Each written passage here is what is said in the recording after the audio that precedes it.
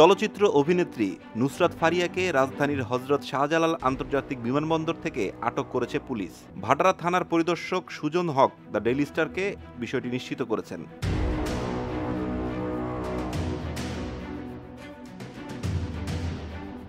আজ রোববার সকাল ১১টার দিকে বিমানবন্দরের ইমিগ্রেশন পুলিশ নুসরাত ফারিয়াকে আটক করে। তার বিরুদ্ধে ভাটারা থানায় একটি হত্যা মামলা রয়েছে।